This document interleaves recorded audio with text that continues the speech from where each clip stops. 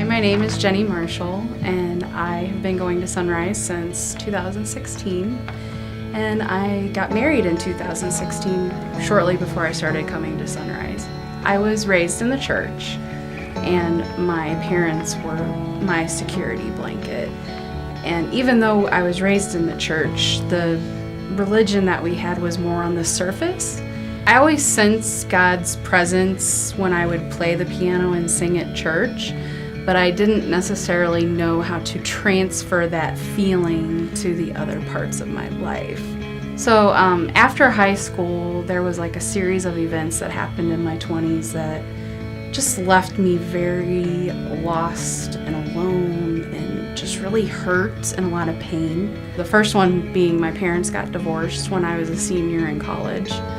And so my security had always been in them, and they both remarried shortly after they got divorced, so now I'm an only child. Also, they added like a mentally abusive stepfather into the mix of all that as well.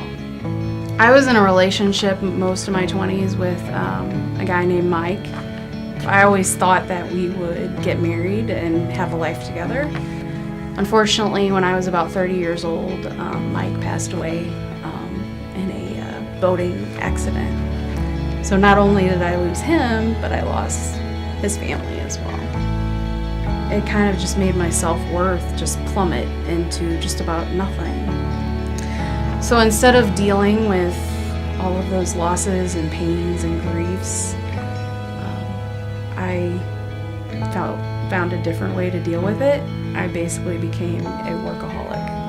I just thought if I would be successful in my career, that would give me the happiness that I was seeking.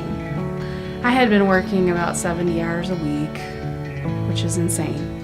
God had to do something pretty dramatic to get my attention, because I clearly was going down this very self-destructive path of just working and not paying attention to anything else in my life.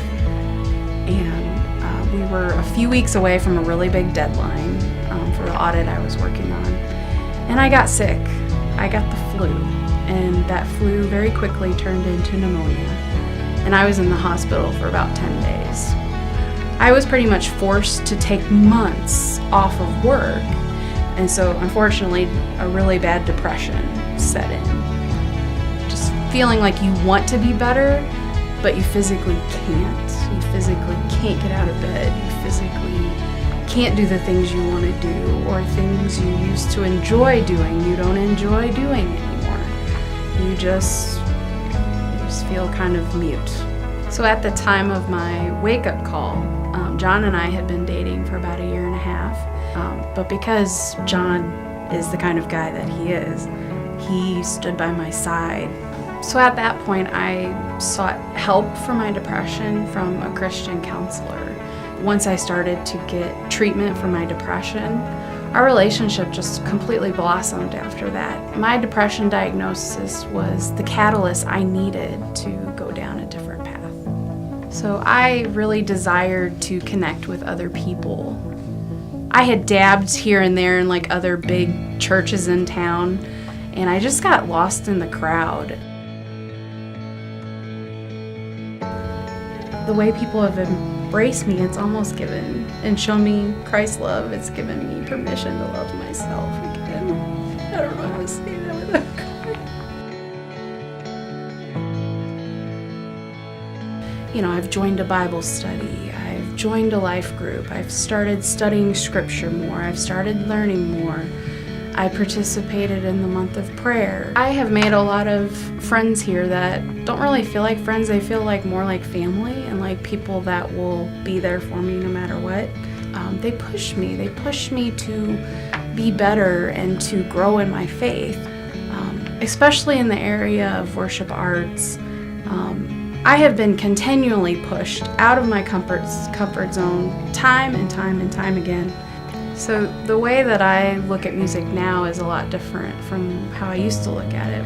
And what I'm learning to do and still working on is letting all the insecurities that I have about myself and, you know, how I sound, how I look, I'm trying to let all that go so that God's presence can come directly through me to everyone else, so that it can be this powerful worship experience. So there's a lot of ways that God has changed me. The first and foremost is I love myself way more than I ever have in my entire life. And also, I truly believe in my life or anyone else's life that you are specifically assigned certain mountains so that you can show everyone else that you can move in. I'm learning and I'm growing, and God is starting to speak to me through prayer and scripture. God specifically designed us to have that emptiness in us so that we run to Him. Because any sort of earthly thing that we try to chase to fill that happiness, it's always going to fail us at some point. It may work temporarily, but it's always going to fail you at some point, and God is the only thing that will never fail you.